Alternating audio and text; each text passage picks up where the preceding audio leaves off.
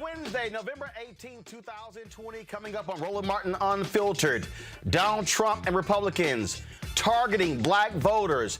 They are trying to keep black votes from being counted. In Wayne County, Michigan, where Detroit is, the Board of Canvassers initially deadlocked, then reversed their decision after they caught lots of hell. We will talk with a member of that board as well as the head of the NAACP in Detroit right here on Roland Martin Unfiltered. In Wisconsin, Donald Trump, they filed for a partial recount.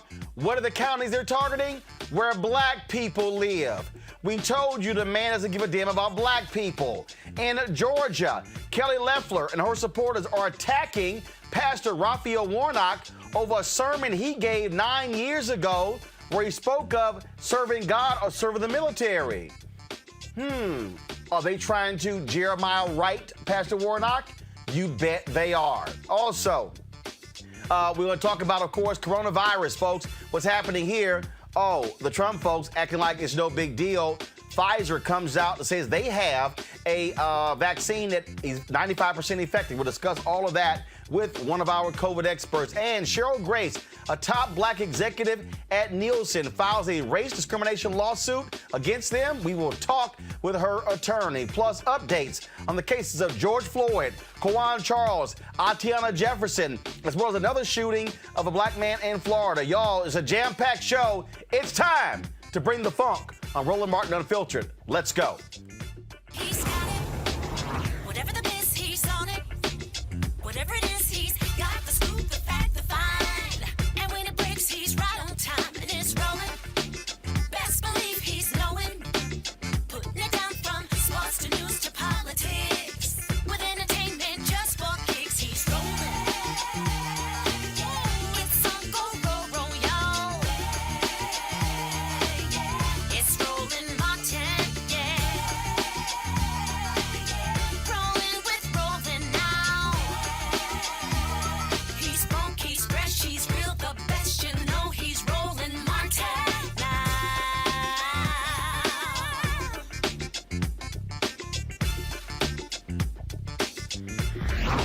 Martin.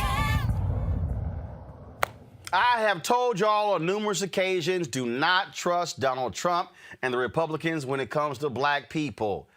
Guess what? They are showing their true colors. Everywhere they're complaining about voting is where black people vote. They've complained about Philadelphia. They complained about Atlanta. They've complained about Milwaukee in Wisconsin. They've been complaining about Detroit in Michigan. And what happened last night as we were signing off the show, 2 Republican members of the Wayne County Board of Canvassers, it's a 4-member board, deadlocked, saying they were not going to certify the results. In fact, the Republican on the board even said, oh, we'll certify them except for Detroit. Sounds to me like they were talking about black people. Now, when the vote was taken, the deadlock vote 2-2, oh, Republicans were rejoicing. This was Sean Hannity on Fox News last night. Sean, I've just got to get to you with Michigan, which you mentioned there as you came to me. I held up these papers, these affidavits, 234 pages of sworn affidavits under penalty of perjury. These by are the way, from Kaylee, one county. what did CNN say about when you held them up on this program? Didn't they accuse you of holding up blank sheets?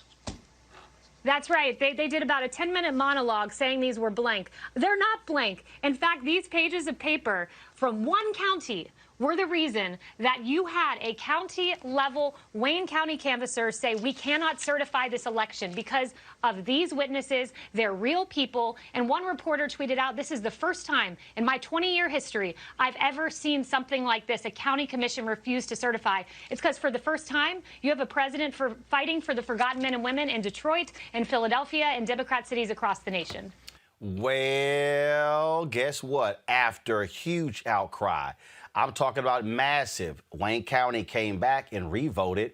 Unanimous decision to certify the results. All counties in Michigan have now done so. They stipulated, though, that they wanted the Secretary of State to actually do an audit to talk about these discrepancies in voting. Yeah, that was fine, but guess what, y'all?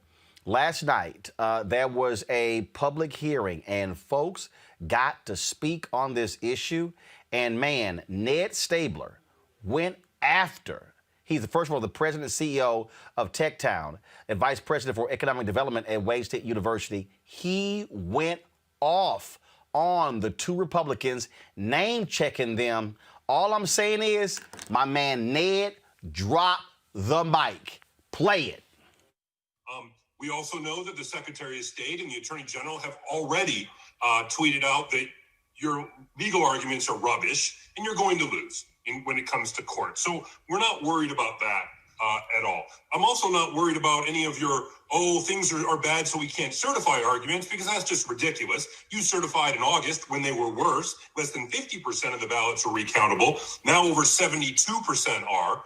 58% of them were even balanced when it was less than 30% last time. So it's doubled. It's gotten way better because the Secretary of State actually jumped in and did her job, unlike you. But I know it's not going to change your opinion.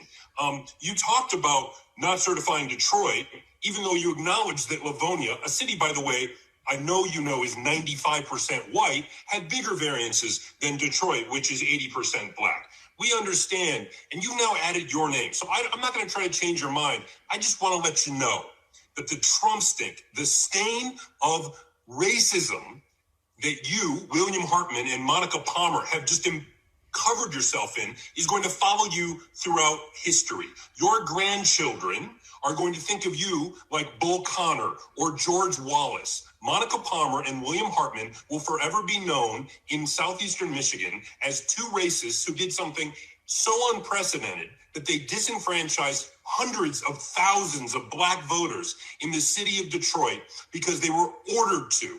Probably, I know, Monica, you think Q told you to do it or some other crazy stuff like that. But just know when you try to sleep tonight, that millions of people around the world now on Twitter know the name Monica Palmer and William Hartman as two people completely racist and without an understanding of what integrity means or a shred of human decency. The law isn't on your side, history won't be on your side, your conscience will not be on your side, and Lord knows, when you go to meet your maker, your soul is going to be very, very warm. Ooh. Y'all, Ned, you can come to the cookout. Joining me now is Jonathan Kinlock, his vice chair of the Wayne County Board of Canvassers, and Reverend Wendell Anthony, president of the Detroit NAACP. Glad to have both of you. First of all, Jonathan, this is utterly ridiculous. This is a clear targeting of black people. That's absolutely correct. It was astounding that someone who would even be able to curve their mouth to say, let's certify this election, excluding the votes in the city of Detroit. Let me just say this. Under Michigan election law, an out-of-balance precinct is not reason enough not to certify an election. Our job is to certify what isn't. If we find some precincts that are out of balance, we're able to put them in a report and along with the certification. It was just amazing to hear the public during the public comment portion of the meeting, basically educate my fellow board members on the importance of voting and the impact of what they were doing. I clearly did not expect when we started the meeting that these board members would cave into the pressures that I know that they have been dealing with over the past week. You had lawsuits after lawsuits filed every morning in the city of Detroit since the election because Donald J. Trump cannot accept the fact that the people of America have put his reign of terror to an end. The thing here, again, the brazen attempt, Reverend Anthony, to discredit black voters. This is not just in Detroit. Donald Trump and his minions and Rudy Giuliani and all his thugs and their imps talking about voter fraud in Philadelphia. What does that mean? Black people. Today, the Trump folks, they filed a partial recount in Wisconsin. One, they can't afford to pay for the full recount. It will cost $9 to $10 million. So now they want to do a partial recount. Where? Milwaukee and Dane County, where 75% of all black people in Wisconsin lived. This is a direct attack on blackness by Republicans. I couldn't agree with you more, Roland. It is a nefarious, treacherous, corrupt assault on the African American vote. When you look at where they are trying to purge and squeeze the vote out, it is in black cities. You named them: Philadelphia, Milwaukee, Detroit, Atlanta. All of these are areas where black people have flourished and are casting their ballots to vote.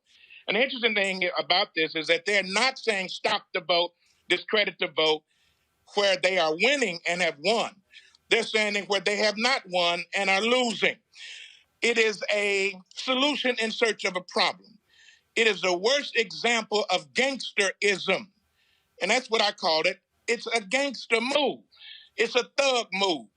Donald Trump makes Al Capone look like a choir boy. When you look at the kind of strategic alliances that they have built, if we were in another country, Roland, we would call this a political coup. That's what it would be. You have the top military people being discharged. You have the head of the elections cyber security commission being fired. You have the head of the national security team being fired. You have the head of the post office slowing down the mailing system.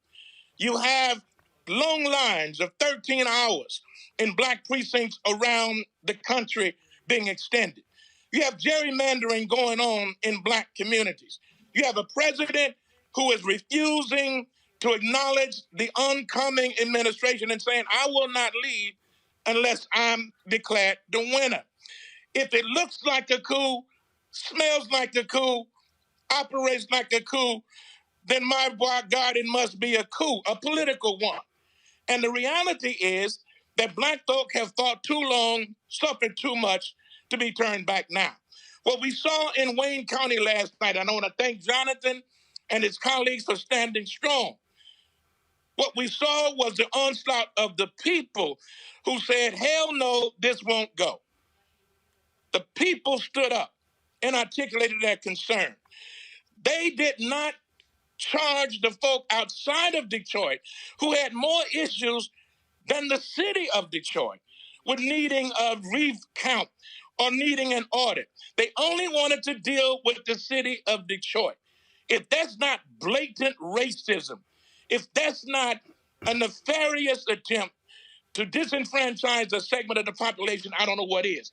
One of the members of the team of canvassers has on his Facebook page, William Hartman, pictures of former President Barack Obama.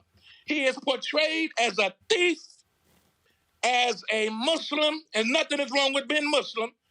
He is being portrayed as a pirate in a very dehumanizing and disrespectful manner. So if that's the way the guy thinks privately, you know what he's going to be doing publicly when it comes to giving and accounting the vote. But let me say this. No matter what they do or how they try to cheat on the gate of reduce the vote, on January the 20th, 2021, at around 12 o'clock noon, a man is going to take his left hand and put it on the Bible and take his right hand and put it in the air. And his name is Joseph R. Biden. He'll be sworn in as the 46th president of the United States, and for the first time in our nation's history, a sister who is an AKA, who went to Howard University, will be sworn in as the first African-American woman vice president of these United States of America. Now run and tell that somebody. Jonathan, I'm sitting here looking at, go to my iPad, folks. This is a thread by someone. They said, wait until you hear how William Hartman told the Zoom participants that he was picking white people to speak because he didn't know how to pronounce other people's names. Now that he got called out more than once for it, he keeps making people who aren't white pronounce their names. He's just been told this is still being live streamed on Facebook. Now he's being told off for lowering people's hands on Zoom instead of letting them speak. And Monica left and isn't even listening to them more. They muted themselves. I mean, these people, Jonathan, have just no regard for the voters. They have complete disregard for black people, and for Monica to actually say, "Oh yeah, we'll certify it as long as we can keep Detroit out." What? There's something ambiguous about that comment. That is an absolute racist comment from the head of the Board of Canvassers. For the people out there, are these appointed positions? Are they elected positions? These are appointed positions. We're nominated by our respective parties to the Wayne County Commission, and the commission appoint us only from the names that are submitted from the party. These individuals, it just, like I said, it was astounding to see them in action. But you got to understand, and you know this as a black man, the white folks don't understand the journey that we have taken in this country to be able to obtain the right to vote. And so I had to call her away from the meeting to basically explain to her what you did. We got to correct this. We have to correct this. It is our duty to not put out into the public, put out into the world that we in this county and this board are comfortable with just have a total disregard for 800 and some odd thousand votes. I mean, it made no sense for them to have voted initially to not certify this election. But let me tell you this: the people stood up. The people showed brought shame on the actions of the board. And from what I understand, they are continuing even unto this day, contacting these board members, showing their outrage. No. Let me just tell you, they are still going to have to respond to a number of stakeholders in our community. So yes, the action was corrected on yesterday. Yes, I got to recognize them for even listening to the comments and changing that vote. Because I'm gonna tell you something. It would have been a horrible page in history for us to go on record as to have a total disregard and disenfranchisement of 800 and some odd thousand votes. But more specifically, we know Donald Trump is targeting black communities, but more especially black Detroit. That was what that was about. But Roland, that is why it is so important for us to stay in the case. This is not over until the 23rd of this month, next week, when it is certified by the full state. That's why people must remain vigilant. That's why we got to stay on the case. That's why it has to be monitored. You mentioned the name calling. Wendell Anthony is a very simple name for people to call and pronounce. Ain't nothing difficult about that. No. My mama made it real simple. And you can see me very clearly. I know I'm a dark chocolate, but you can I sit under a light. But had not I been called out, then they would not have recognized me. But I had to be called out. Wendell Anthony is on the line. He has to speak. And I was determined to speak, as well as many other people. So I'm simply saying it shows the power of the people. It showed the power of those who are determined to stand up in the likes of a Fannie Lou and a John Lewis, who said that the vote is the most precious thing that we have as a nonviolent weapon. It's almost sacred. It says that we did not come this far for history to be turned back. It says that we must continue not only to stand in line, but to be in line, to make sure that once we exercise the franchise, we must guard it and monitor it. That's why the Voting Rights Act has to be fully implemented. That's why we need a new administration. That's why the voting and the necessity for programs such as yours to get out the information to the people is critical for such a time as this. We ain't going back. I say it all the time. I ain't going back to the plantation. I've come off. I ain't going back. Before I'd be a slave again, I'd be dead and be buried in my grave and go on home to my God and be free. I ain't ready to go home yet. So therefore, I'm going to keep fighting the good fight. And I encourage everybody else to do the same thing. Well, we certainly think that y'all on the front lines, Jonathan, certainly let us know if there are going to be people moving against these two, trying to get them removed from this board of canvassers because their actions here are certainly despicable and they need to be replaced. And the Republicans in Wayne County definitely should be put on blast and called out for standing with these two at all times. We appreciate it. Thanks a lot. Thank you. All right, folks, again, I told you what's happening there in Detroit. I'm going to bring up my panel right now. A. Scott Bolden, former chair, National Bar Association Political Action Committee, Robert Patillo, executive director, Rainbow Push Coalition, Peachtree Street Project, Long Victoria Burke, NNPA, writing for NNPA.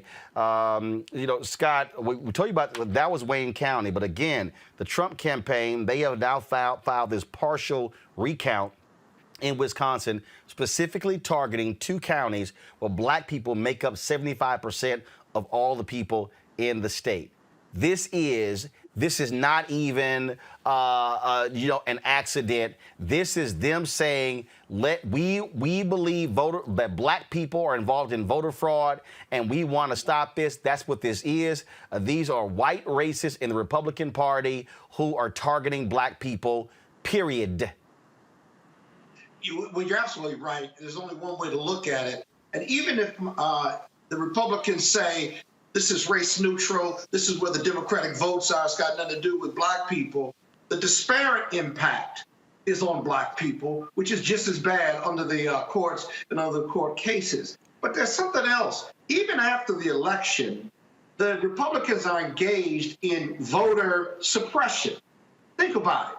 That now that the votes have been counted, you can only look at votes cast, votes counted, and whether they were registered. And unless you have widespread fraud in one of those three areas, you're not going to win in court. And remember, the fourth component of that is it going to make a difference in the outcome? Wisconsin is really interesting because under Wisconsin law, if it's on the outside of the envelope or the mail-in and there are discrepancies or there are mistakes or you can't read it, that if you use reliable government information, that you can count that, you can open it up and count that vote, right? The Republicans have paid $3 million to challenge that process and say it's illegal and corrupt, even though it's the law of the state of Wisconsin. And so again, that challenge and that $3 million is a complete waste, but his enablers are not prepared to walk away yet because of those 2 Senate seats in Georgia. I'm sure we're going to talk about that a little later. These folks are beyond despicable, Robert. They are showing their true colors. And you know who's real quiet, Robert? All them black MAGA people. I ain't heard Jack from Angie Stanton. I ain't heard Jack from Paris Denard. Nothing from Bruce Lavelle. Nothing from Lil Wayne. All Candace Owens. All the black people. Brandon Tatum. All you ain't heard of Senator Tim Scott. Nothing. Burgess Owens, Republican who just won out there in Utah, not a damn word, nothing. They told me they've been trying to reach you, Robert. Nothing, Robert. Well, Bruce sends his regards. I talked to him earlier, but First of all, no, he don't. You know damn well Bruce don't send his regards to me because he's scared to bring his ass to this show because he know what's going to happen. But they're quiet. This is a direct attack on black voters, and they are quiet. Well, I think this is Republicans showing their true colors. That when it was time to do the dog and pony show, do crowd surfing in the audience, do the diamond and silk type show, they're fine. They'll bring their black friends out. But when it's time to actually count the votes, when it gets down to the nitty gritty, they know where their bread is buttered. They know that suppressing the black vote is the best way to win. We don't have to guess about this. The Speaker of the House in Georgia, David Ralston, said that if Democrats we do mail-in voting and allow people to vote, then Republicans will never win another election. Ted Cruz in Texas Texas, said that if you allow people to fully vote, they won't be able to win the state anymore. Donald Trump said that if you have this level of voting, Republicans will never win another election again. They are losing the demographic battle in America. David Duke has been talking about this for 25 years. Beyond that, they're losing the ideological battle, because if you poll people, if you look at the public opinion polling, public opinion is firmly on the side of raising taxes on billionaires, on Medicare for all, for environmental policies that preserve our environment for future generations. So we know what the American people care for. We know what the manifest weight of public opinion is. They are trying to win by working the rest. This is exactly what we see in failed dictatorships, where they try to hold on to power despite not having the mandate of the people or the consent of the governed, as de Tocqueville would say. So what we have to do is ensure that in all these states, we know they're not going to win. It will take if Donald Trump found a magical causeway to win, then we need a convention of the states to redraw our constitution, because the system is too broken to go forward if that's possible. If you can win Alaska, Georgia, North Carolina, Pennsylvania, and then another state, all while losing 7 million in the popular vote, then I don't think we can go forward as a republic. But what we have to understand is this is the Cassia Belli, this is the raison d'etre that we need in order to have a new voting rights set, to empower Section 4 and Section 5, to have state-level voting protections put in place to modernize our voting system, so that every single election we're not depending on recounts and recounts after the recounts and audits to know who the true winner is. This is that zeitgeist moment, that iconoclastic moment in American society and history, where we have an opportunity to really change the future for the remainder of this century, and we have to grab that bull by the horns and do it. Look, the reason I keep calling these folks out, Lauren, because they don't give a damn about black people. Donald Trump, their little fake platinum plan, that aluminum foil plan, don't give a damn about black people. We're real clear. And this is evidence. This is direct targeting of black people, black voters. Yeah, it's a joke. They're trying to win by just straight up brazen thuggery now, because that's all they've got. They've got to cheat to win. They keep losing the popular vote. The Republican Party just keeps losing the popular vote over and over again. There's a push on, of course, to decide the election, the national election, by popular vote and not electoral college. That happens, it's really over. But watching them lose Georgia, and then, of course, they had to sit back and understand the fact that what won it for Biden was black people. Everybody knows that, right? It was Detroit, it was Milwaukee, it was Atlanta. The fact that Biden won by a margin 13 times greater in Michigan than Trump did against Hillary doesn't seem to faze anybody. The idea that they were going to somehow flip, 1 million votes or 800,000 votes, that somehow was going to happen, is just complete fantasy world. It's not surprising, given that Giuliani is behind this. Is the same Rudy Giuliani that racially profiled over 1 million black people in New York when he was mayor. And then Mike Bloomberg came in and did the same thing.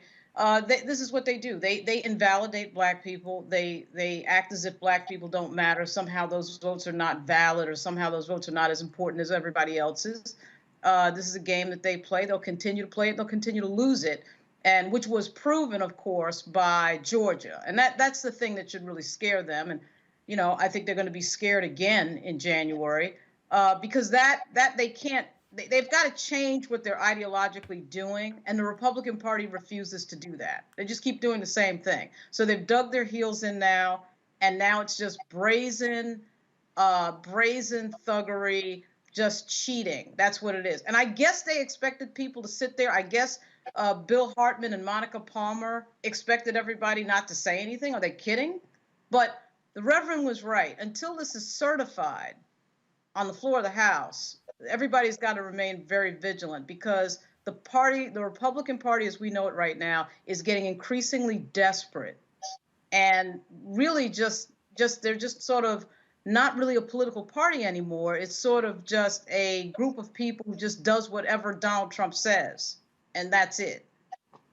Well, to get a sense of how desperate they are, look how desperate they are in Georgia. They've been attacking Pastor Raphael Warnock, and they're trying to Jeremiah Wright him. They've been sending around, and I've seen it from Dinesh D'Souza to Nikki Haley, Tom Cotton, Marco Rubio, all these people here.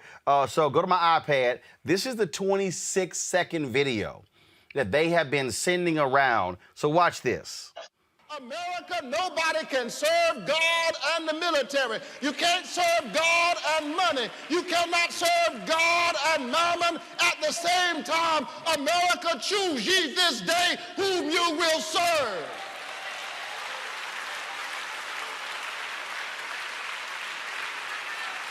Choose ye this day.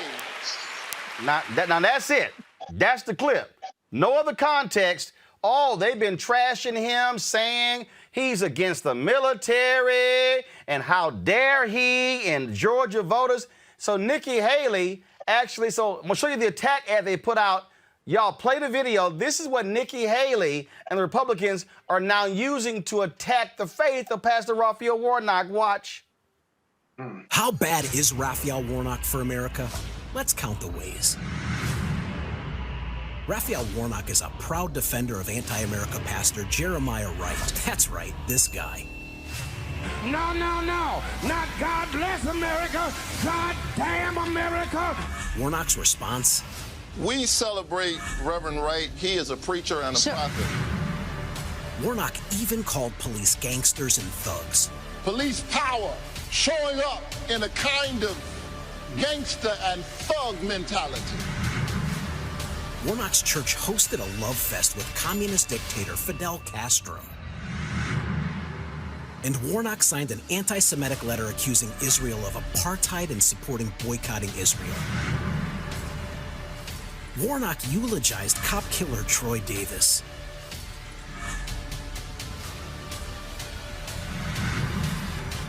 Warnock supports socialized medicine that would end private insurance and put government in charge of health care decisions. And Raphael Warnock supports trillions in new tax increases, even on working families. So how bad is Raphael Warnock for America? Come on. Let's review. All right, I can bail out of that crap. Now, I want y'all to show what they did there, Robert. First of all, they put all the black stuff up front, and they put the taxes and the health care stuff at the back. They throw in there that he gave a eulogy to Troy Davis.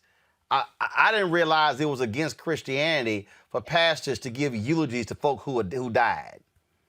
But I guess for them, it doesn't even matter. But there's a video that somebody sent me. First of all, I'm trying to get my hands on the full sermon so we can have the sermon in context. I had to do the exact same thing when it went after Reverend Jeremiah Wright. But y'all watch this.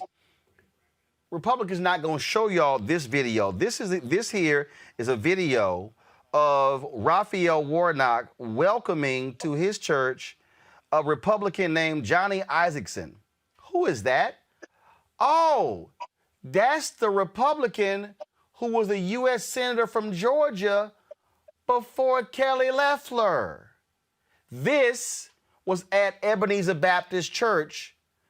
Watch. He and I are friends. We've had a good relationship and good dialogue across the years. He's a father and a grandfather. He's here with his lovely wife, Diane. Stand up, Mrs. Isaacson. We're glad to see you, Mrs. Isaacson. She said, yes.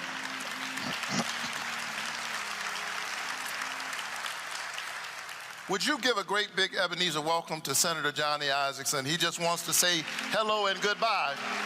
We're grateful for his service.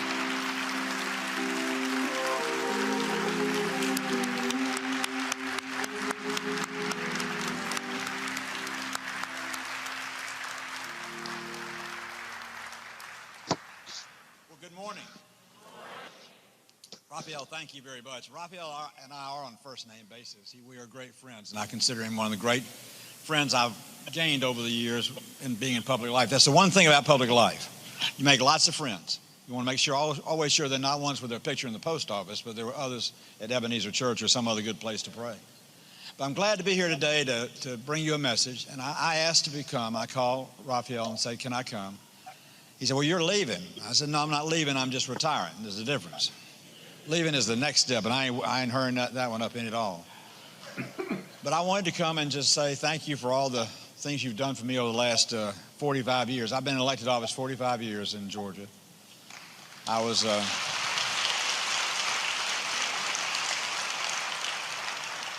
born here in 1944, And I've been here ever since, and love this city and love this place and love all of you. And as Raphael said, started coming to the King celebration service when I got elected Republican leader of the House, Georgia House, 28 years ago, or whenever that was, a long time ago. And I came because I thought I should, and then I came because I wanted to. And I came because my bladder could handle it. It is a long time to sit through, that's sure. But I come to tell you three things. One is chairman of the Veterans Committee in the Senate, as a veteran myself. How many veterans do we have in the congregation today? Raise your hand. Thank you. Thank you. For all of you who notice, that's more people proportionately that are in any other church that have served in the service. Less than 1% of the people who serve in our military today service is protecting us. Less than 1%. And they're all volunteers. Think about that. The greatest of this country is in large measure because we can depend on them at any point, any time, any place, no matter what somebody does. And just yesterday in Pensacola, a terrorist killed an American airman. They're in his second year of training. Another wasteful shooting on an institutional campus somewhere in our state. We've got to make sure that stuff stops. And as long as I have a breath in my body, whether I'm in elected office or not, I'm going to do everything I can to see to it that we get end violence in our schools, end violence in our shopping centers, and our Walmarts, and our churches, and everything else. Taking a life is taking a gift from God to us, and we should never, ever. So, Robert, here is a Republican U.S. Senator standing with Raphael Warnock talking about veterans and military service, but the Republicans want to say Warnock is against the military. Well, two things. Putting that sermon in context, I'm actually at both of those church services. I'm a member at Ebenezer. In the first video of Warnock, I'm in the second row all the way to on the left, all the way to the right in the pews. I should probably go back to church more often. But what we're seeing now is that Republicans have found a candidate that they have nothing to attack them on.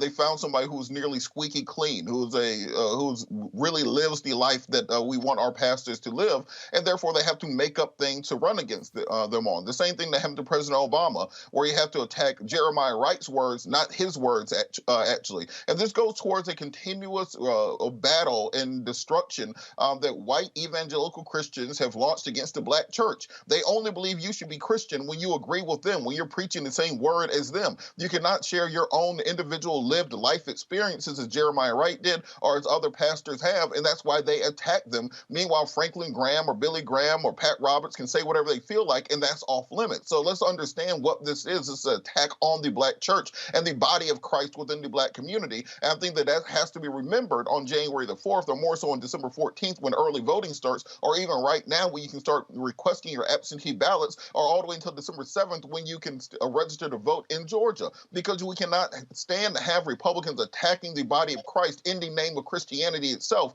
a Christianity which is profligate, which believes in excessive spending, which believes in taking away social services from the poor, that believes that universal health care is somehow a bad thing that pastors should be against. Let's understand what this battle is really about. You have somebody like Kelly Loeffler, who has the temerity, the audacity to make attacks against the character of Pastor Warnock, and nobody knows what she's done in her life besides marry a rich dude who bought her a Senate seat as a president.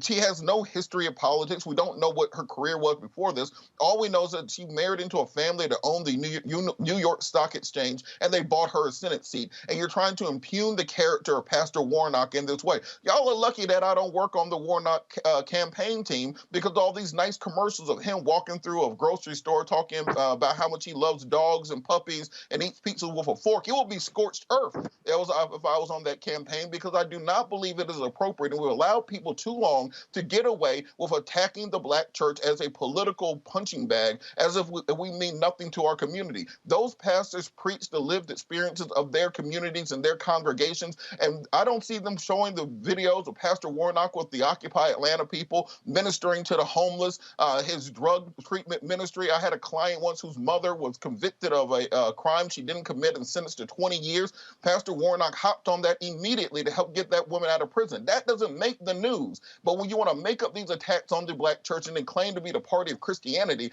that is what the level of disgust that I think many of us have with the quote unquote evangelical movement, and why we have to work overtime to get an actual man of God into the Senate instead of these phony, fake, circumspect, only conveniently Christians that are only Christian when it lines their pockets. They're ready to sell out stocks on coronavirus instead of dealing with the needs of the American people.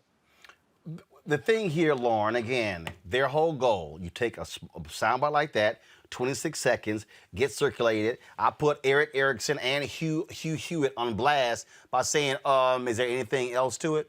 Do y'all want to find that? But also find it interesting, Lauren. So let's attack Pastor Raphael Warnock's faith, but we can't say jack about Amy Coney Barrett's faith. Of course not. Of course not. It all sort of throws back to the trying to radicalize black candidates. I mean, this has been going on forever, really before the Southern strategy. It's the same old thing of trying to portray black candidates, particularly black male candidates, as somehow radical. And really, the whole goal here is, we're scaring white people. And we've seen it a million times. It was done to Reverend Jesse Jackson when he ran, obviously Obama. It's the same thing, the same playbook. And what the Republican Party seems to never figure out is that these are the types of ads that only appeal to the people who would vote against Warnock anyway. So it's all a big waste of time. Who are they going for? Are they going for swing voters? Well, if they're going for swing voters, that's not going to work. Everybody knows that Pastor Warnock pastors in the same church that Martin Luther King pastored in. That's not going to work with progressives, white progressives in Atlanta. So these things are just thrown out there, 26 seconds. And at some point, and I will help you find it, Roland, the entire sermon will be found, because of course you can play this game all day, not only with the entire sermon, but of course with a million other sermons that Pastor Warnock has made. You can run 26 seconds of other things that are going to, of course, counter whatever that was. And frankly, I didn't think that was a particularly jarring passage at all. But I'm sure that when we find what he said around it, it's going to put it in a certain context and blow that all away. But this is desperation, because they cannot have the Senate be 50-50. See, the bigger issue here is that the House is looking like the Democrats are barely over the majority at 221. They're barely at 218. And then if you have the Senate, of course, tied, and Kamala having to sit up in the, as the presiding officer, obviously it's president of the Senate, to break that tie, this gets real. So these two Senate seats, this thing is obviously huge. So now they're going to go scorched earth. They're going to go desperate, and they're dealing with Raphael Warnock, who there's nothing on. So we're going to reach the desperate hours pretty quickly here. The thing here that I find to be hilarious is that you got folk like Marco Rubio, Scott, who loves to tweet out Bible verses. I mean, he sent this tweet, go to my iPad. Not shocked, Georgia Democrat Senate candidate Raphael Warnock said you cannot serve God and the military at the same time. These and even crazier things is what the radicals who control the Democratic Party's activists and small donor base believe. Now, here's how Mark Lamont Hill respond to him. Christians believe in the Bible. Matthew 6:24 says, no one can serve two masters. Warnock is a minister who was pointing out that God must come first. Do you disagree with the Bible or the words of Jesus, or just when Warnock says it? Exactly. I am so tired of politics of fear. And that ad, I mean, I agree with my colleagues, but I'll be honest with you, we can go get the full text of his speech or his presentation, but it feels defensive if you do that. Raphael is a man of God. Jeremiah Wright is a man of God. They're servant leaders. And when you attack them, because of something they've said or because their love of their people, it just rings hollow with those Democrats, those independents, black or white, as well as the black community in regard to how important this election is. And the Republicans, Lauren, you're right. They just operate in fear. They don't have anything else to operate in because the numbers are against them. And so I think Raphael Warnock has got to stand on his own. He can defend himself, no doubt about it. But remember, while it was close, Georgia is a purple state. It's turned slightly blue, but it's going to turn all the way blue if we can mobilize these Democrats on who are running for Senate. It's all about the ground game now. I mean, they can run the ads and try to scare people, but whoever has the strongest ground game, they both have money, and mobilizing and getting people to the polls is going to make the difference. And right now, in my opinion, that's really all that matters. What is your ground game, Raphael and Ossoff? And can you motivate and can you get them to the polls? You just count them. Well, bottom line is this here. All I'm saying, Robert, I want to see black folks maximize the hell out of our numbers. I'm talking about Stacey Abrams has already said some 600,000 Georgians have already requested their ballot by mail. I'm talking about black Georgia. Black Georgia, I'm talking about if you want to send a signal, if you want to tell them what y'all trying to play this game with Reverend Jeremiah Wright and in these sermons, you hit them with so many votes, they going to look up and say, oh, my Lord, has there been an exodus? What's going on? That's how you respond to white Republican hate, Robert. Well, on that point, remember, I was at that sermon. What Pastor Warnock was saying, replaced the word military with militarism, that you cannot serve both God and the God of militarism, that you cannot both serve God and a profligate economy that does not care for the least of these. He was making very clear biblical points, and that's why they took it out of context. Even on the conversation about police officers, where they say he called police thugs. No, he calls the police officers who beat and kill people thugs. Not every police officer, the one bad apple. Now we all know that. But again, their goal. They know they dumb followers can't read. But to that point, I think it's important to understand, look, the normally voter turnout for runoff elections in Georgia is 10%. So in this general election, there were right around 5 million votes cast, split right down the middle. So if 500,000 people turn out for the runoff, that will be right at average. With that, you only need 50% plus one to win. So we're talking about 250,000 plus one votes. We'll decide the layout of the Senate. We'll decide the balance of power. We'll decide Medicare for all. We'll decide student loan reform. We'll decide defense spending and tax cuts and entitlement programs and Social Security and Medicare. All that will come down to 250,000 plus one people in Georgia. And then whenever someone tells you that they don't think their vote matters, understand how small of a number that is. And that's why it's important to support groups like NAACP under James Woodall in Georgia, who are working. They're sending out absentee ballot request forms to every single person who voted in the general election. People like D. Dawkins Hagler and the Deltas down there who knocked on 200,000 doors headed into the general election will do the same going into the runoff. People like NSAY and the New Georgia Project, Latasha Brown and Black Voters Matter, Rainbow Push Coalition, who's working with the incarcerated populations to do in-custody voting. We have so many people working this, and understand that's why they are running these desperate ads. That's why they're taking things out of context and running. If you're 18 years old voting in this election, you don't know who the hell Jeremiah Wright is. They are only playing to a certain subset of very old, elderly, conservative white voters and hoping that they will turn out. So all that Black Voices for Trump stuff that they were talking about 6 weeks ago, that's all gone. They're going directly back to attacking the body of Christ in the Black church, attacking the Black community, and making sure that they push this messaging to scare old white people into believing that Pastor Warnock is some kind of Black radical who hangs out Fidel Castro. This is the desperate play that they do to try to radicalize Black men. We've seen this, everything from Dr. King, where they called him a communist, to Run Jesse Run in 84 and 88, to Barack in 08, and now Warnock in 2020. Listen up, all my black... Look, y'all, let me just try to be as clear as possible. Last comment on this story. I want to whoop their ass. I'm talking about I want to whoop the ass of Loeffler, of Purdue. I want them to feel the pain and the agony of losing to Raphael Warnock and John Ossoff. I want them to have to sit there and watch them votes come in from Gwinnett County and come in from Fulton County and just hit their ass like a hurricane has hit Georgia. And I want them to have to sit there and go, damn, how many black people did we piss off? That's the only way. Everybody who's listening to my voice, you should be telling every friend, frat brother, sorority sister, church member, nephew, niece, cousin, mama, daddy, aunt, friend, you name it, living in Georgia. I'm talking about when they had get your booties to the poll, when they had the folks, I don't give a damn if you love Magic City. I don't care if you love them hot wings. I'm talking about You send a message to racists by throwing their ass out. And there's nothing better than those racists to have to stand there and watch a black man sworn in as the next United States Senator. That's the only way you defeat them, and you make them pay the price at the ballot box.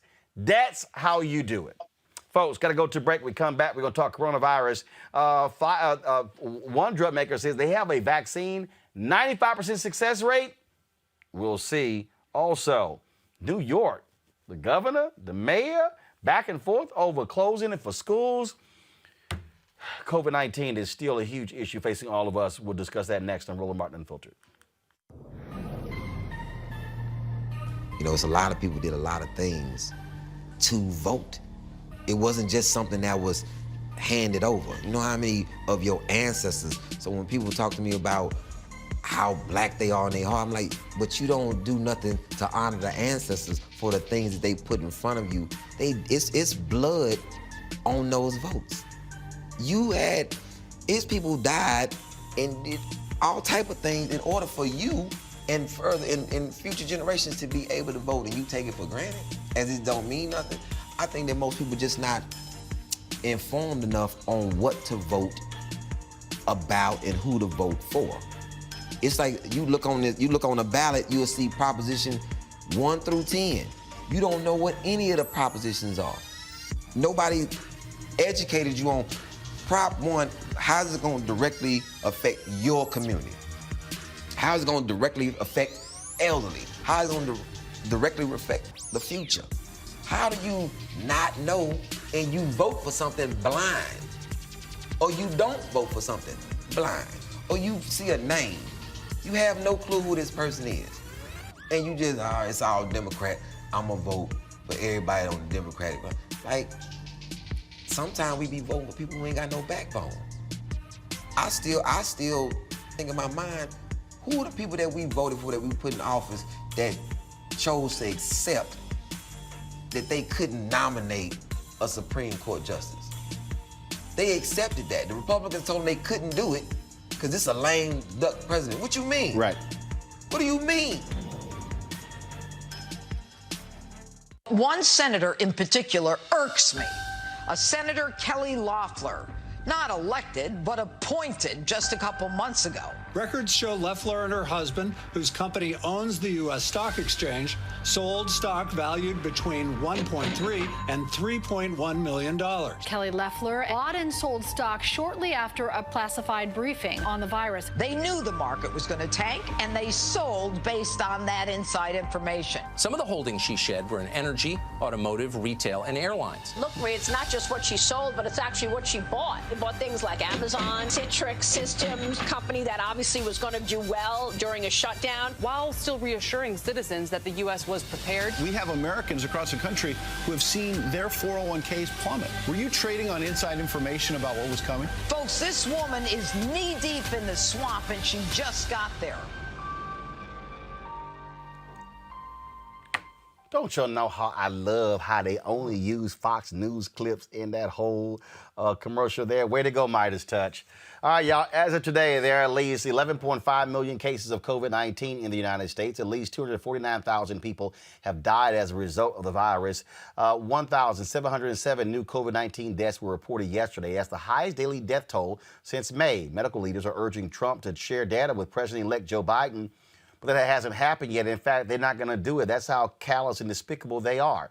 Now, Pfizer and Moderna both have vaccines that they say have reached highly effective levels, and Johnson & Johnson expects to have one soon. The Secretary of Health said today he expects a COVID vaccine will be available by the end of December.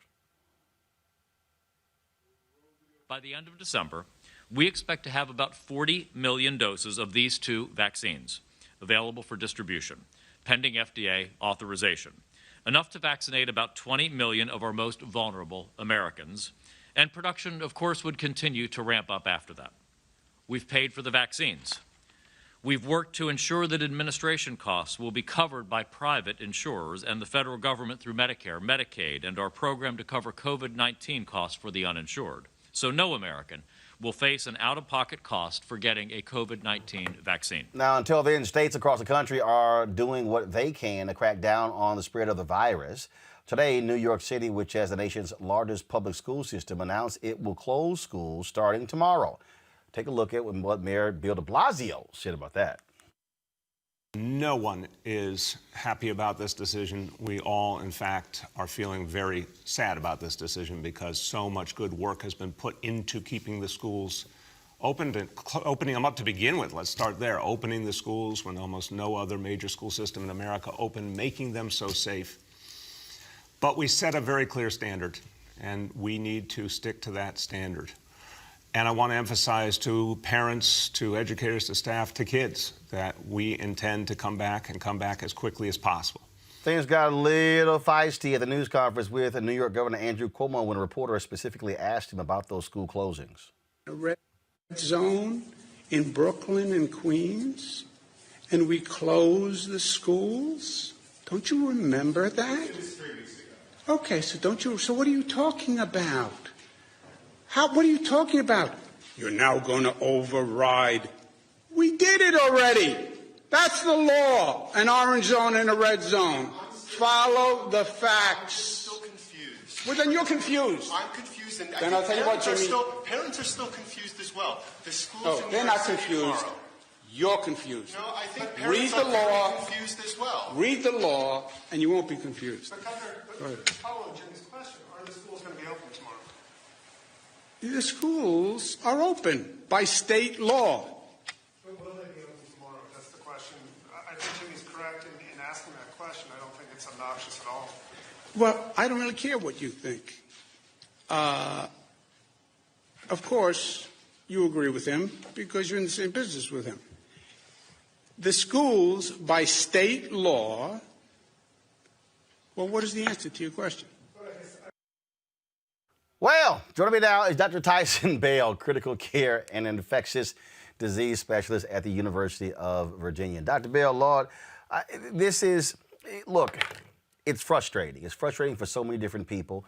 Parents are going, look, our school's going to be open, they're going to be closed. Like, we have to do distance learning. It's all kind of stuff. But the thing here that I keep looking at, that I keep trying to explain to people as well, is we're talking about folks who are still dying. And we're talking about, I mean, look, I've been reading some of these threads and listening to these nurses and doctors who are quitting the business because they said, I've never seen this much death in a short period of time in my career. You're exactly right. We have over 1,500 people who died recently from COVID-19 in one day. And at the rate that we're seeing now, with over 150,000 cases per day, we can expect that number to go up to over 3,000 per day. It's an absolutely monumental amount of people that are suffering. And to be honest, I did not think that we would see numbers like this. It reflects the approach that the administration has taken to the vaccine or the COVID-19 virus, coronavirus, that there's going to be hands off and focusing on developing and therapeutics, but ignoring the public health measures that keep people safe in the meantime. So there is good news on the vaccine front, but we're in the midst of a crisis right now that's really exploding out of control. And that's really, again, the deal here. I saw this tweet earlier where the governor of Alabama, she goes, I'm not shutting everything down. We're not going on lockdown. And you know what? Here's the thing. The reality is we don't have to go on lockdown if people take the appropriate steps. If you wash your hands, have your hand sanitizer, wear your mask, do social distancing, then we can actually have businesses that are open. We can still go about, but you simply cannot. You can't say, I want to do whatever the hell I want to do, but also stay open. Right. What's interesting is that the people and the leaders that have been resistant to these measures approach it as if it's one or nothing or all or nothing, that you either have to lock the entire economy down or you have to be completely restrictive and no mask wearing, no social distancing or whatsoever. The real strategy to keeping the economy open, to keeping kids in school, which you see is so contentious right now, is to marry these with the public health measures, like you just said. And if we can do that, then we can actually avoid these prescriptive lockdowns that we're seeing. But if cases are going to keep going up like this, we have no choice but to do a strict lockdown. The fight between public health and the economy doesn't have to be in opposition to each other, as long as you understand that, with one you have the other. And it's really frustrating to see that our leaders are either really falling on one side or the other here. So when we look at these numbers, now we have the Biden team complaining that the Trump folks are not offering them any support at all and making it much more difficult. We now also have the latest when it comes to these companies with regards to a vaccine. One says 95% effective, very little side effects as well. So again, they're saying, fine, they'll be ready by December. But the bigger problem is then going to be, how do we get folk to actually take it? Speak to that. What do you think has to happen in order for us to say, yes, it's safe, it's real? I think people in the community that folks trust need to get out in front and advocate for vaccinating our community. I can speak personally for myself in seeing the process and the science that's gone into the vaccine development. I've not personally seen anything that makes me hesitant to take the vaccine. And I do take direct care of COVID-19 patients, and I will be in kind of that first priority for getting the vaccine. Based on what I've seen so far, I have no reservation being first in the line. But the point here is that the administration has lost complete credibility when it comes to communicating information about what people should do around the vaccine, particularly when it comes to the Black community, because we've seen how they've acted around this. But I want to separate that out from the actual approval process, which involves the FDA, the Vaccine and Biological Related Products Advisory Committee, which are made of career scientists and respected authorities that are outside of the government and respected medical schools and healthcare institutions across America. They're the ones who ultimately make the recommendation for an EUA approval or not for the vaccine. So provided they see the data, they think it checks out, it's safe, it's effective, then they make that recommendation, and it's outside of the political pressure that the administration is putting on to speed this up. So if we can get that message out and get trusted people in the community to disseminate it, then I think we have a little way of getting penetration the way that we need to in the community. All right then. Well, and also, one of the things that we'll be watching out for, the federal government is going to be spending a lot of money on messaging as well. We want to make sure that money goes to Black media and they don't bypass as well. So, Dr. Tyson Bell, we really appreciate it. Thanks a lot. Thanks for having me, Roland. All right. On that particular point there, Scott, this is going to be a significant issue when I talk about coronavirus. We got to make sure that our people are indeed being a part of that. We know the games that they're going to play when it comes to freezing us out. And the bottom line is there's going to be a major, millions of dollars spent on messaging when it comes to this vaccine. And then last thing I want to see is, frankly, Black media being ignored. But we also have to, this is where also Black health experts are going to be so important in communicating to our people about this vaccine. It's going to be a massive effort. Given our cultural history with vaccines and the tests that have been done on Black people historically at Tuskegee and otherwise, it's going to be a massive effort. We are a frontline group that needs it the most, along with the police and healthcare workers, no doubt about it. But we've got two challenges. One, getting it into our community, building trust in that community to take it, and then being able to administer a number of that 40 million doses we're supposed to have at the end of the year, getting it to people so that we can define some type of new normalcy. That's going to take a lot of communication, a lot of marketing, and Black leadership in those communities, not only taking it, but showing that it's safe and showing that it's necessary to move our community forward. And so it's a lot of work. Getting the vaccine approved is one thing, distributing is another, and it's vitally important to beating this pathogen. We simply, look, at the end of the day, no one trusts this administration, Robert. Don't care. They don't trust him. And frankly, thank goodness, as these companies are talking about the vaccine, that we are moving away from these nuts in the White House. Because frankly, if Trump had won again, I don't know who in the hell would have taken that vaccine.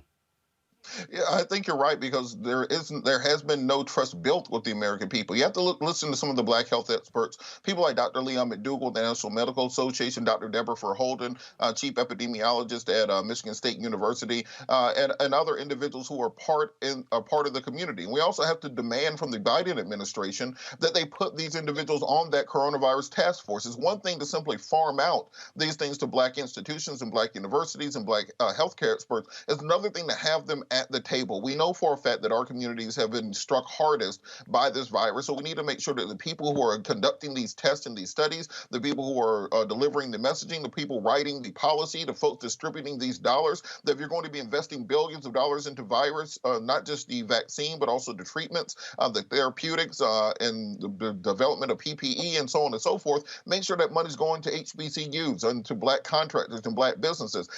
There's no reason for us to just simply accept this as being an emergency and be happy for the emergency to be over. We need to be put in the exact same position as everyone else if we're going to be expected to take the vaccine. And the best way to do that is have Black people and Black institutions as part of developing and creating these vaccines and therapeutics.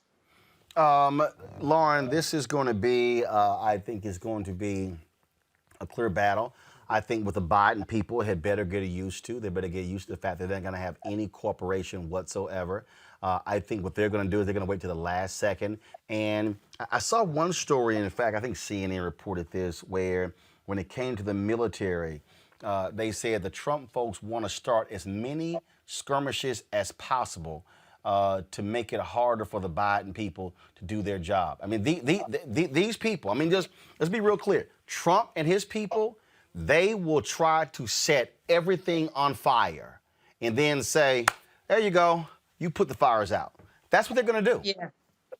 Yeah. Well, we of course knew that some version of this was going to happen. I'm not too sure that we thought it was going to be this dangerous, where he was going to withdraw troops from Afghanistan and literally, deliberately try to undermine Joe Biden in that way using our military. But I guess, we know Donald Trump is crazy. We understand that. And we know that in 63 days, everything is going to head in another direction. But of course, we have to wait for him to get out of there. I mean, the man is dangerous. He's crazy. And, you would think that some of these Republicans sitting in there, particularly the ones who say they care so much about the military, would have said something already with regard to the troop withdrawal in Afghanistan. But this is like such a dangerous person. And we're sitting here at an extremely dangerous time that nobody says anything on the right, just nobody. So it's just left up to the loyal opposition of the Democratic Party fighting and basically trying to message against Donald Trump.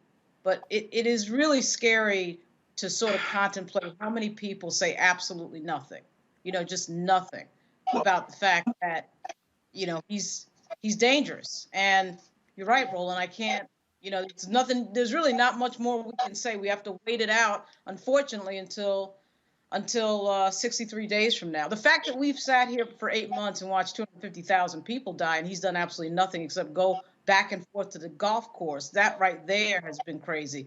But it continues, and I guess we shouldn't be surprised at this point. Well, so I think what we also have to do is, and Reverend William Barber spoke about this in his sermon on Sunday. And I get the Biden people. I get them talking about not wanting to pursue investigations of Trump. I get them talking about unity. I get them talking about turning the page. But I think what Reverend Barber said here is exactly what we should be saying and articulating. Press play, folks. There were some people praying for a political change in the presidency. And now that there is a change, have y'all heard them on the news? They are saying, we just need peace. We just need healing. We need to get back to normal. Really? We need to get back to when we all were just getting along. Now, when was that? When really now? Really? Come on. When was it that we were all just getting along? When did that ever happen in America? Huh?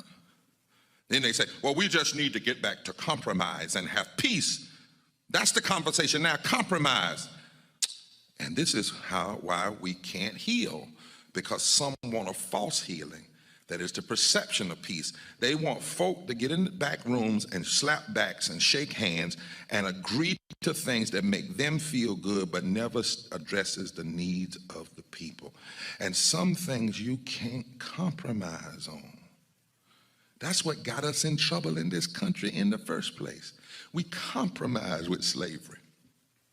We compromised with the humanity of black people, and the church said it was okay. Too much of the church. We compromised saying women didn't have a right to vote. Y'all hear the number this week? They said the number now of the Mexican children that have been lost and can't be found is 666. 666 children lost, stolen from their parents. How do you compromise with that? How do you compromise with people who are more interested in putting one woman on the Supreme Court rather than keeping thousands out of caskets? If Democrats who now have the presidency and the House of Representatives, if they reveal that their primary goal is going to be compromised, they're going to lose the people that voted for them, and they will never get them back. 55% of the people that voted for Democrats this time are poor and low wealth because they voted believing that somebody was going to fight for their lives. Robert, is he right? Correct.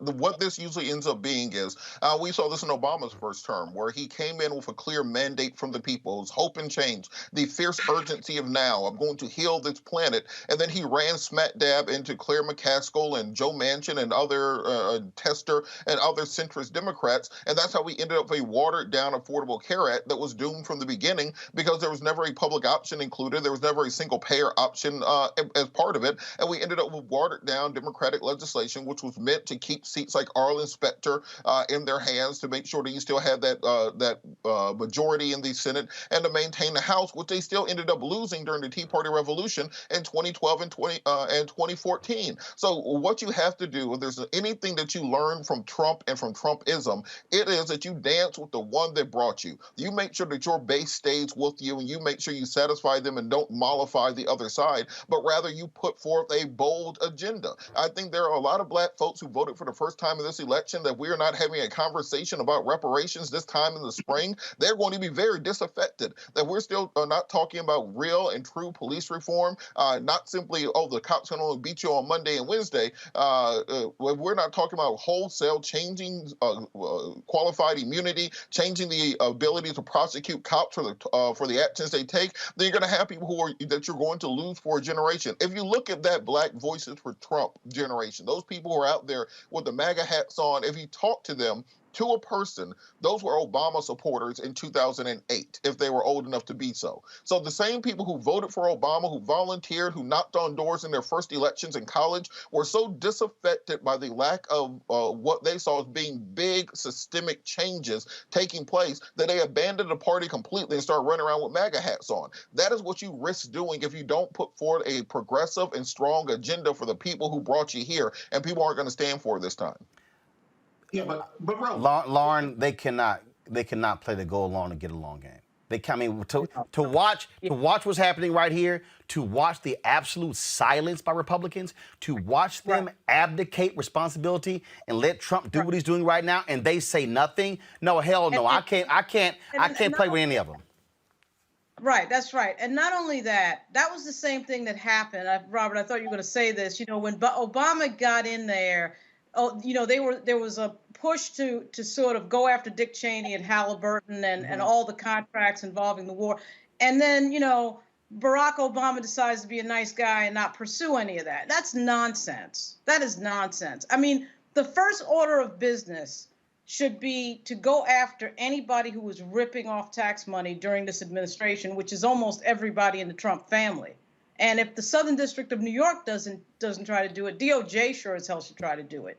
But the Democratic Party has a systemic problem, which I cannot figure out, of always wanting to be, you know, nice and, ooh, let's just get over it. That's all nonsense. These people need to get, they need to get some very negative reinforcement after this 4 years we just had. Because quite frankly, Trump snuck in as it was. All right, he lost by 3 million votes against Hillary. He had no mandate.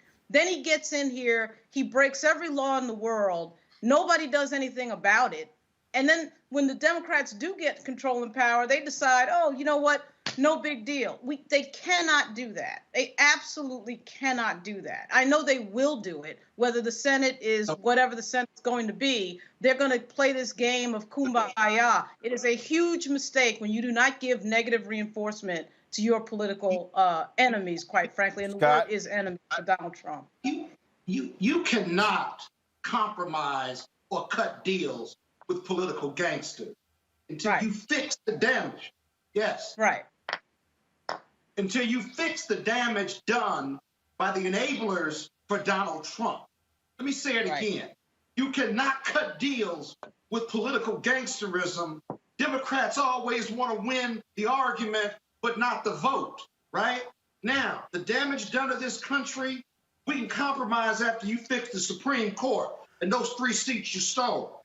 We can compromise after you fix this economy and stop people dying from COVID. And remember, I'm talking about the enablers, because we knew what Donald Trump was going to be, but the enablers allowed him and empowered him to do the damage. We can't compromise until you find the parents of those 666 kids who came across the southern border. You can't compromise until you fix the damage done in our foreign policy positions and give confidence to those at NATO and our allies. There is no compromise until you fix that damage. And then lastly, remember Bush too? He handed Barack Obama a mess of an economy, and the Republicans criticized him for not fixing it fast enough. And now Trump is going to give Biden and Harris the worst economy, COVID, loss of jobs, no schools. We can't compromise until we fix that, and they'll criticize us for not cleaning up their mess. So Reverend Barber is completely right.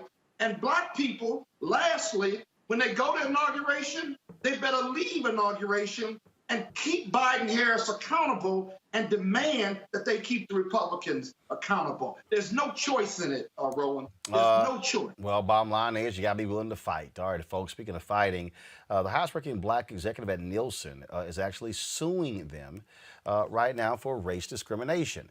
That is, Nielsen Holdings over the years has reported on the spending power of African Americans. This week, a lawsuit was filed by Cheryl Grace, Nielsen's Senior Vice President of U.S. Strategic Community Alliances and Consumer Engagement. The lawsuit was filed against the 97-year-old global ratings firm in an Illinois federal courtroom. Grace, who has been with Nielsen for 16 years and is one of its few black executives or executive of color, said internal conversations and written correspondences about race and career advancement with several of the company's top executives, including its CEO, have led to her being marginalized and subjected to a hostile work environment.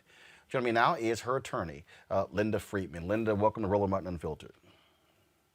Thank you. Thank you for having me. All right, so first and foremost, the basis of her lawsuit.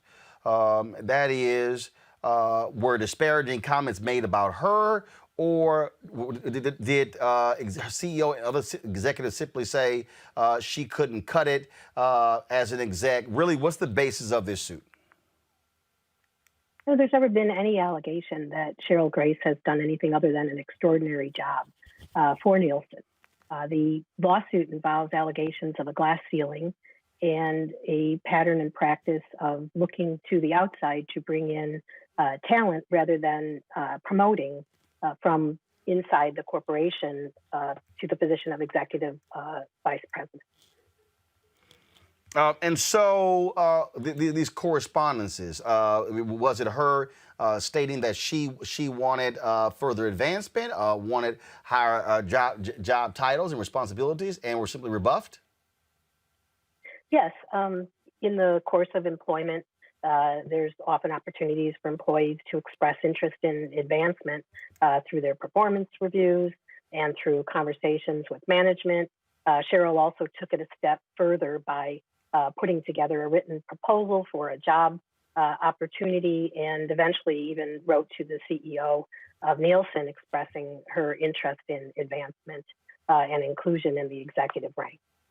Talk about that even further, because again, when you talk about Nielsen, I mean, Cheryl, first of all, was the one who was over and really was the public face and can, to my understanding, concede this Black Consumer Report, which actually has now opened the door for Nielsen doing reports on other individuals.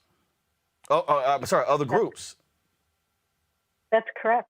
Cheryl has been a vocal supporter of Nielsen and done extraordinary work in repairing Nielsen's reputation and contributing to public affairs, consumer outreach campaigns, and has been a celebrated member of the team, just not sufficient to be awarded and recognized for her talent and promoted to executive vice president, unfortunately. The video that we're showing right here is actually video 2 years ago when Cheryl was on my show talking about that Nielsen report of Black consumers, from consumers to creators. What are y'all seeking in this lawsuit?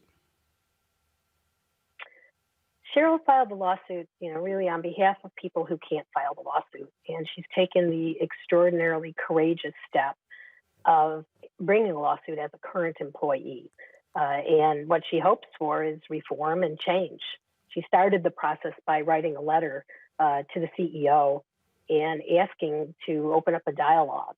During this time in our history, many of the CEOs in corporate America have been reaching out to employees and holding town halls or inviting people to walk through what they refer to as an open door. In Cheryl's case, she accepted the invitation and she hoped to begin a dialogue about how Nielsen could be more inclusive at the top ranks and how other people could be given opportunities. Instead of inviting her to have this discussion, the CEO actually did what many companies do, which is to flip the letter to the human resources and legal department. And then from that point on, Cheryl has never had another conversation with the CEO. But what she really sought to do was to provide for advancement opportunities for others who didn't have the ability and the opportunity to speak out. It is an extraordinarily courageous act in the middle of a pandemic for a person who has been highly successful to put it all on the line in the hope that we could have reform and change. All right, Linda Friedman, the attorney for Cheryl Grace. We certainly appreciate it. Thanks for joining us. Thank you. Thank you for having me. I'm going to go to my panel here. Scott Bolden, actually, I'll go to Robert. Robert, we've seen more and more of these lawsuits. That was an executive who worked for a Wall Street firm, a Black woman, Marilyn Booker, who filed her lawsuit as well. I mean, what we are seeing are Black executives who before would be scared to death. The fact that, as Linda said, as Cheryl Grace has filed this lawsuit while still working at Nielsen, says a whole lot, Robert Patillo. Well, you're absolutely correct. One of my certification in law school was in the labor and employment law, and part of what employers attempt to do in situations like this, it make employees feel as if they should be happy to have the job they have in the first place, particularly in executive leadership, as if you are blessed, and they'll use the coronavirus or use unemployment or use whatever it takes to dampen that. And I think it's very courageous to launch this sort of suit, and I hope that it gives other people the energy and the belief that they can do the same. And let's understand, we do need to start looking into the patterns and practices at many of these media organizations, because what you see on television is directly attributable to those ratings. So the reason that you see very little Black news on television is because the Nielsen ratings say that that's not what sells, and therefore no advertising dollars go into that, and therefore the networks do not put that on television. If we want to change the depiction of African Americans on television, it will come directly through the ratings, and having an African American in a position of power to make those decisions, to fact check and to ensure that we're being properly represented, has a direct impact on the images that go into our television screen. So we all need to make sure that within our own corporations and jobs that we are doing our best to also root out systemic racism and oppression and glass ceilings as they exist, and to root out and make sure we're creating a system by which everyone feels that they have an equal opportunity to prosper, and to create the American meritocracy that we're all led to believe exists. This is, again, Lauren, this is the story I was referencing. This is the other story. Go to my iPad, folks. Marilyn Booker, this is from the New York Times. She spent 16 years as Morgan Stanley's diversity chief. Now she's suing. Marilyn Booker says she was fired in December after she tried to persuade executives to eliminate barriers to success for Black financial advisors. I mean, this is the thing that, again, we're seeing, and frankly, more black executives. At the end of the day, you know what? If folks like that, like Cheryl Grace, don't hold these companies accountable, if you're an African American who's in a lower position, they're not going to listen to you. Yeah, that's true. I'd imagine that you could probably file this type of lawsuit at almost any media company, any place, not just financial companies or Nielsen. I mean, just any media company. And because all anyone would, of course, have to do is go through the hiring numbers for the last 10 to 15 years. And what they're likely to find is not too many African Americans at the top ranks of the company. There's certain media companies, many media companies, that still have never had an African American person in charge in a position where they are deciding the content of what ends up on the air, which is the real power at these companies. There's a lot of, a lot of games that get played in terms of hires to make it look as if there's diversity. And what you find that is at the lower ranks, particularly in media companies, you will see African Americans get hired so that, frankly, so I think they do it so that they can stave off a lawsuit. But what you don't find is that the upper ranks of the decision-making process is always the same, all the time. And there's certain companies, certainly several I've worked at, that were they were actually getting, in two cases, there were lawsuits when I was there. And, what they'll do is they'll hire a few people and then they'll just go back to what they were doing. But, public embarrassment and lawsuits is really, to me, the only way to go, because it never seems to happen with any internal discussion. A lot of these media companies, particularly right now, because we talk about race all the time. I mean, race is in the media all the time. And it's always amazing to me, given the history of this country, given the 400-year history of this country, given what we discuss all the time, that media companies never seem to think that it might be a good idea to have some African Americans around at the editorial board meeting and making some of the decisions with regard to what ends up, as content for that media organization. But it happens all the time, all the time. All right, folks, got to go to a break. We come back, we're going to give you an update on cases dealing with Derek Chauvin out of Minneapolis, as well as Atiana Jefferson out of Fort Worth, and the case of the young black man who was found murdered in Louisiana. All that is next on Roland Martin Unfiltered. Well, it's very difficult to really educate the public on, how Congress really works and how legislation is developed. You will see a piece of legislation with a couple of names on it as co-authors, but that legislation has gone through a process where there may be 50 or 60 amendments on it. And when it comes across you and your committee, and you have some ideas about how you can make that legislation better, how you can keep it from being harmful to the people you represent, you put together that amendment and you fight hard to get that amendment inside that bill. And oftentimes you do.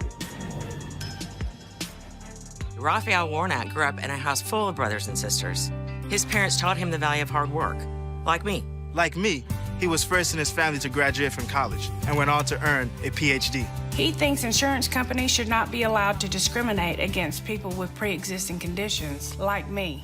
Like me, Reverend Warnock knows that both parties in Washington could use some moral leadership. I'm Raphael Warnock, and I approve this message because it's time we had a senator who put Georgians first, like me. I'm John Ossoff, and too many are struggling to afford prescriptions. One change in the law would make a huge difference. See, Medicare is America's biggest buyer of prescriptions, but the drug companies bought off Congress, and they made it illegal for Medicare to negotiate lower prices. It's straight up corruption. Fighting corruption is my job. I approve this message because I'm not taking donations from corporate PACs, and I won't let the drug companies rip us off anymore.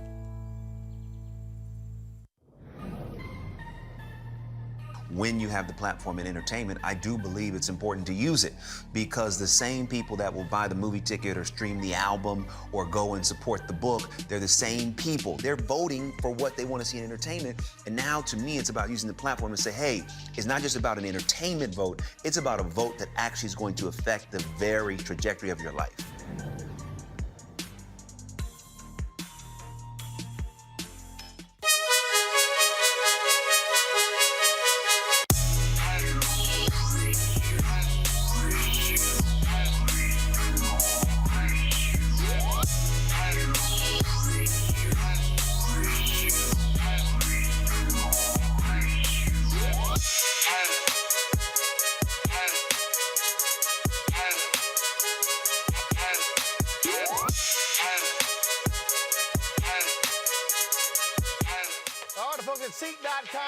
founded by Mary Spio, a sister, have these amazing VR headsets. Allows for you to watch their content, the virtual reality content, right here on the headset. You simply pop your phone right into here, close it up, and then you will put yourself in the room watching their VR content on Seek.com, or, of course, content that is on other platforms. And so you can check that out. They also have these 4D 360-degree headphones right here with tremendous bass that really distributes the sound all across your head. It's great. You can attach a headset to it, so you can actually use it for gaming and playing with free hands. There's Bluetooth as well. So all of these, get one of these items, or you can subscribe to the content at Seek.com by going to Seek.com using this promo code. Is RMVIP2020, RMVIP2020. These, of course, could be some great headphones coming up for birthdays, Christmas, you name it. And so if you want to do that, just go use the promo code right here, RMVIP2020, RMVIP2020, by going to Seek.com. And we certainly appreciate them being a partner here with Roland Martin Unfiltered. Folks, Derek Chauvin, the former Minneapolis police officer who is charged with second-degree murder in the case of George Floyd, requested on Monday that a judge block prosecutors from introducing evidence of alleged past incidents where he used similar methods of restraint on other suspects. Prosecutors want to cite 8 incidents from Chauvin's 19-year career as a Minneapolis police officer to show a pattern of excessive force and behavior similar to the encounter that left George Floyd dead. Now, an update on the case of Bobby Charles. The ACLU is demanding a full independent investigation into the death of the 15-year-old Charles. His body was found dead in a sugarcane field days after going missing from his father's house last month. The ACLU is criticizing law enforcement and state officials, citing there's a lack of transparency, and Bobby's family deserves to know exactly what happened.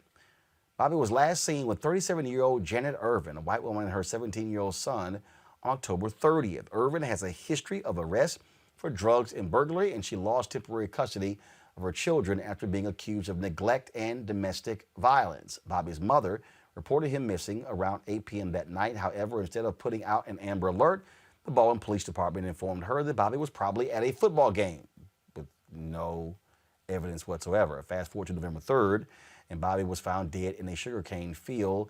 Official cause say the death was by way of drowning, but if you look at the photo, his face was beaten, he was mutilated, a number of lacerations were found on his body. His death is now being investigated as a homicide. To date, no arrests have been made.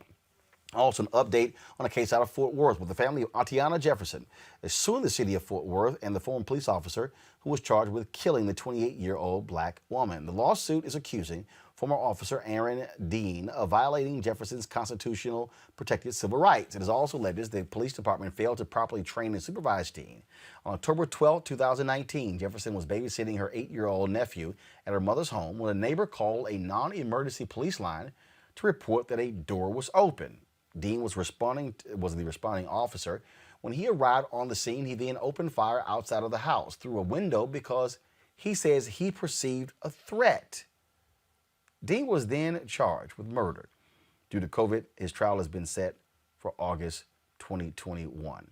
Also, with this case out of Florida, where a police officer shot and killed 2 black men, and folks are demanding answers to what took place. This is an unbelievable story here. This is the video here. Roll the video, please, of the shooting. Stop the vehicle! Stop the vehicle! Stop! 1033. Stop the vehicle, goddammit! Stop! Stop!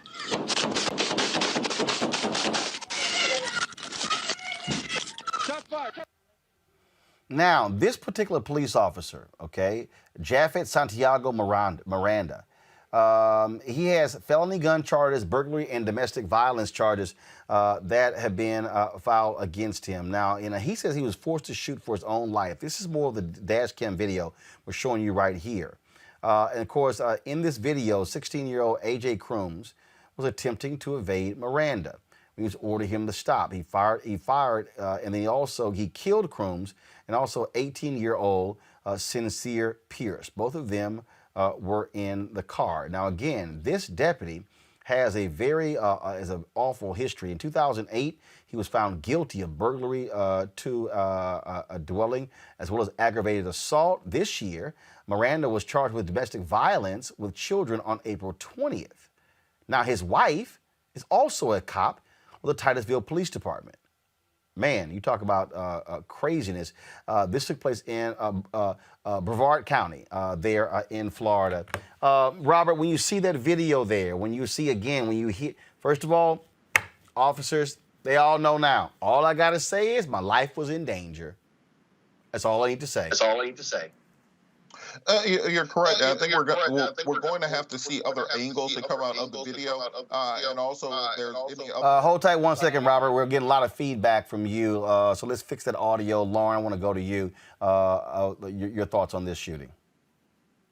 Yeah, I think what Robert was about to say is right. I mean, we do have to see, I think, a little bit more. You know, in a lot of jurisdictions, the police are trained that if you do not explicitly obey the orders of the police, they have the right to, and they feel threatened, they have the right to use deadly force. And so I think that's probably what we saw there, but we're kind of seeing only one angle of it. But, we see so many of these videos, just as the weeks go by. I think we just, in general, there needs to be new thinking about policing generally in America. There's sort of a warrior cop mentality that's sort of taken over the profession. And frankly, I think it's a big mistake by the national FOP to not stand against the idea that it's okay to just give guns, easily to everybody who wants a gun. I think that's made the profession of policing much more dangerous. And it's always surprising to me that the police profession does not come out for more gun control, quite frankly, because they're the ones whose lives oftentimes are at risk because of that. But we live in a nation where, you're violating my freedom if I can't have an AK-47. So anyway, I just think there's just a lot of fear out there in the heads of a lot of cops. Sometimes it's completely justified and sometimes it isn't.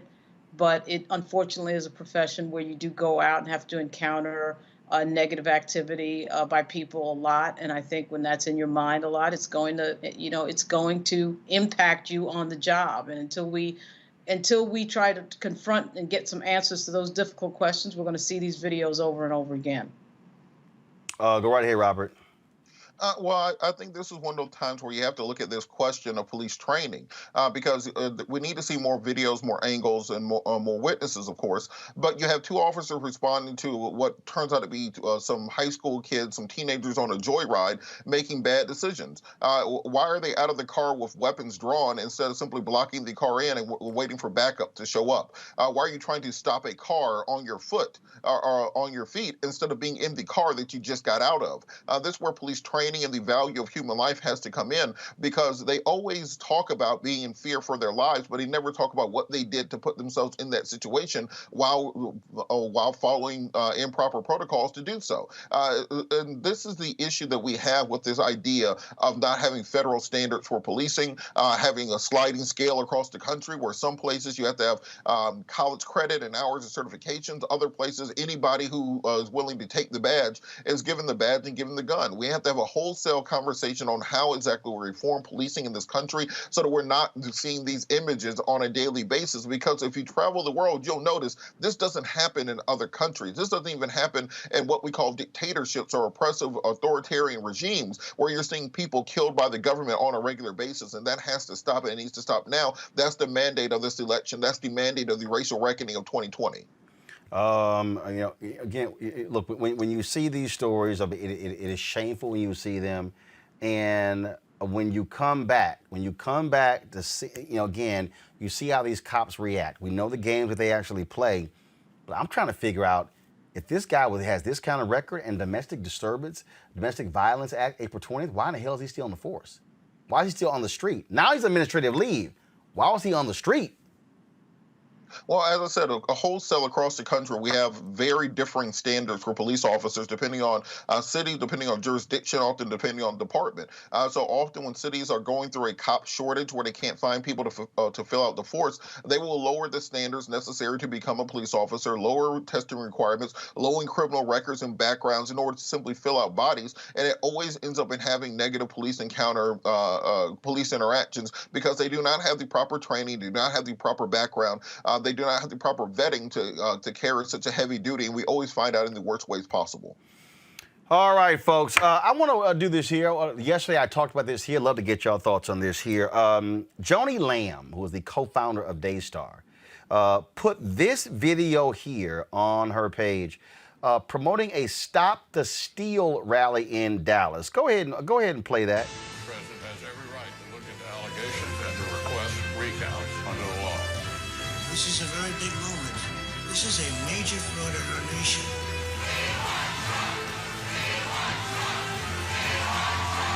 We want an honest election. We want an honest count. We can't allow anybody to silence our voters.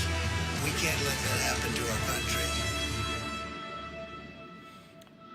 What's interesting here is that Daystar, there's a lot of black preachers on there. I said it yesterday. I said, if you out there, if you black, you need to tell your pastor, get the hell off Daystar. Our tithes and offerings should not be going to support a network, Lauren, that's pushing this crap right here. I have personally contacted already 3 black preachers who have content on there. I'm reaching out to the other ones. Look, look, you can sit and support Trump all you want to, but pushing out a Stop the Steal rally, nah, forget that. It's time for black people, black preachers, and black viewers to boycott Daystar. No, absolutely. Yeah, absolutely. We have a major, major problem right now with disinformation, obviously. And to me, it started with Breitbart and that whole crew once we had the first black president of the United States. They wanted to believe in an alternative reality. So they created an alternative reality through the media that they created.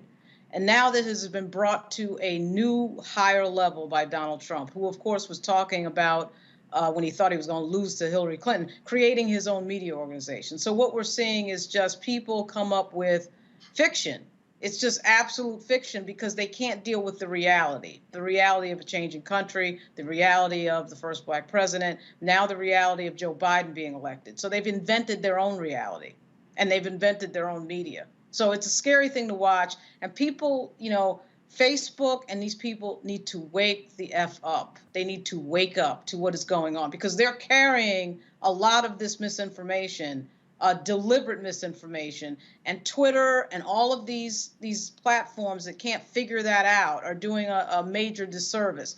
And it just it goes on and on and on. But really, I'm not sure.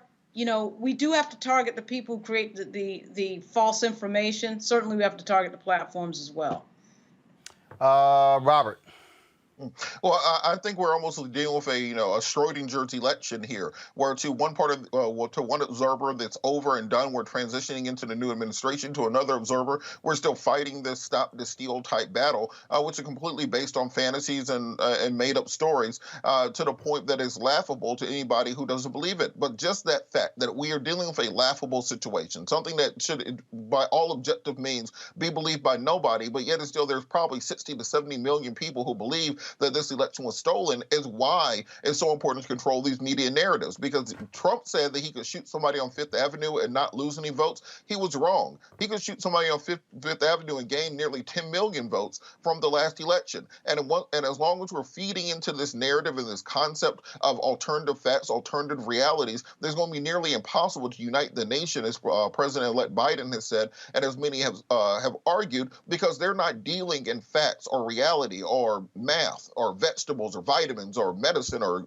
science or anything along those lines. They are dealing completely in this fantasy land where President Trump is, by all means, this Superman type figure here to liberate them from the oppression, I guess, of universal health care and Michelle Obama wanting people to exercise. That's the oppression they're trying to escape. So I do think we have to be very careful of where we're accepting money from as churches or organizations who we are having allyship with. Don't take that 30 20 pieces of silver if it means you got to sell out everything that you've ever believed in. I absolutely agree. All right, folks, if y'all want to support what we do here at Roland Martin Unfiltered, we want you please to join our Bring the Funk fan club. Our goal, we are almost there. We've exceeded 15,000 fan club members. We got 2 months left between our goal by December 31st to hit 20,000. And so if you're on YouTube, it's more than 5,000 of you on YouTube right now. Y'all can actually join right there on YouTube. We're asking $50 each for the course of a year, $4.19 a month, 13 cents a day. That actually covers everything. If you want to give more, you can do that. You want to give less, you can do that as well. And so every dollar you give goes to support this show, goes to support our staff, the work that we do. We are going to be spending some time in Georgia on the ground there, covering the races there. And so we look forward to being that. That requires money, paying staff, paying travel, all of those different things. So you can support us via Cash App, $RM Unfiltered, PayPal.me/R Martin Unfiltered, Venmo.com/RM Unfiltered, Zelle. You can support us with the email roland@RolandSMartin.com. And also, of course, you can send a money order to New Vision Media, NU Vision Media, Inc., 1625 K Street Northwest, Suite 400, Washington, D.C., 2006. Y'all, it's real simple. And that is this here. Nobody else is doing what we're doing. The kind of show that we're doing, it ain't happening. You're not seeing it. And of course, what we cover, the kind of topics we cover, the kind of guests we cover, it's about speaking truth to these issues. And so we want you to support what we do because, again, we've got to fund our freedom because freedom ain't free. It's just not.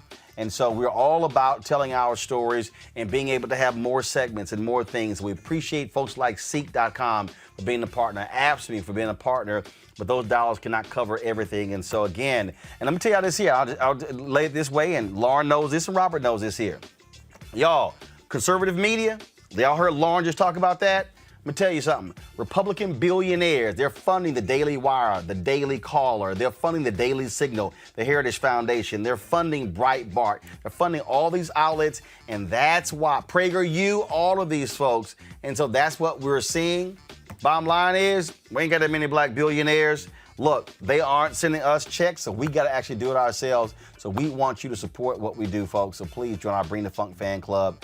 And again, we make this possible because, again, we're going to be honest, we're going to be truthful, we're going to be unapologetic, and we're going to be unfiltered. That's the only way we know how to roll. So I certainly appreciate it. Again, more information, go to RolandMartinUnfiltered.com. Also, please subscribe to our YouTube channel. Right now, we're at, let's see here, 683,126 subscribers. So we want to hit 750,000 by the end of the year. A lot of y'all watch our YouTube show on YouTube, but you don't subscribe. Just click the subscribe button and click that bell so you get notified when we go live. All right, folks, that's it. I will see y'all tomorrow. And hey, Dave, my barber, thanks for the fresh haircut, Dave. I needed it. It was getting a little unruly there. All right, I appreciate it. Y'all take care. Holla!